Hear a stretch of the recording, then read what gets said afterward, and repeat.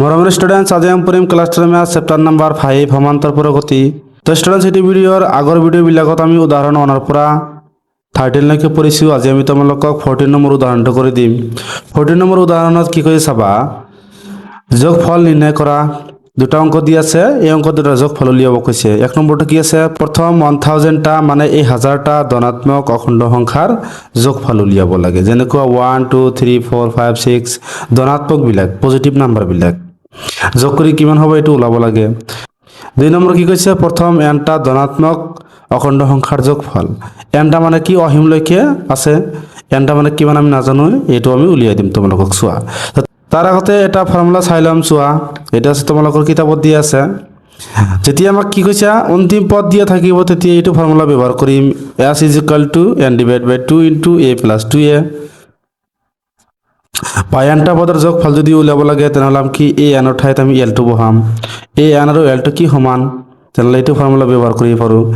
তুমি a n কৰিলেও হ'ব, l কৰিলেও হ'ব। এইটো ফৰ্মুলাৰ সহায়ত আমি অংক দুটা সমাধান কৰিম চোৱা। তো ষ্টুডেণ্ট আমি কি লিখি লৈছোঁ যে ধৰা হ'ল ধনাত্মক অখণ্ড সংখ্যাবোৰ 1 + 2 + 3 ..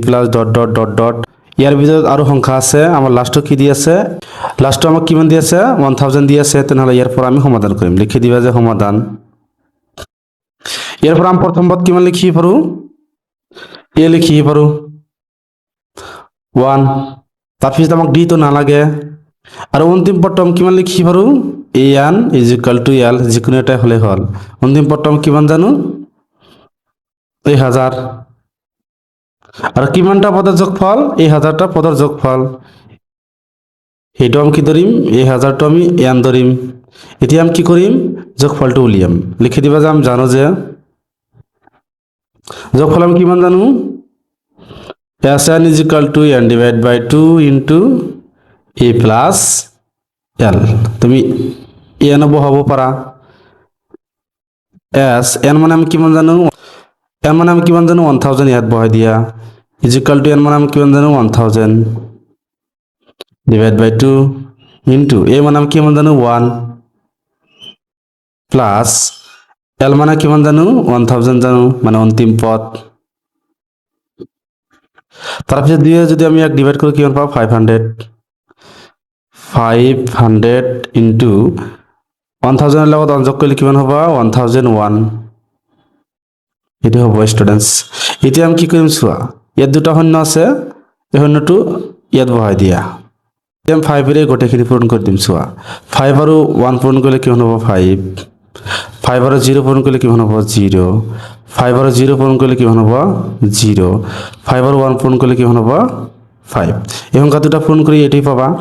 তেনেহ'লে এই 1000টা পদৰ যোগফল আমি কিমান জানো 500 500।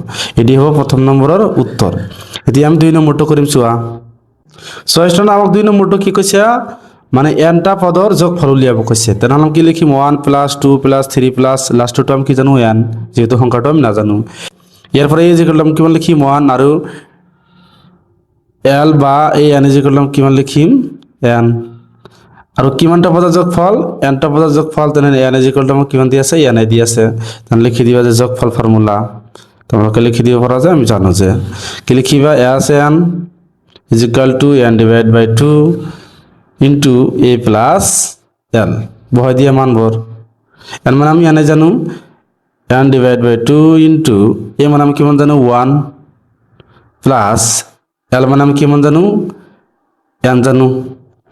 এটা আমি এনেকৈ লিখি পাৰো যে n * n + 1 / 2 লিখি পাৰো, বা এটা এনেকৈ লিখি পাৰা যে n * 1 + n / 2, যেকোনো লিখিলে হল।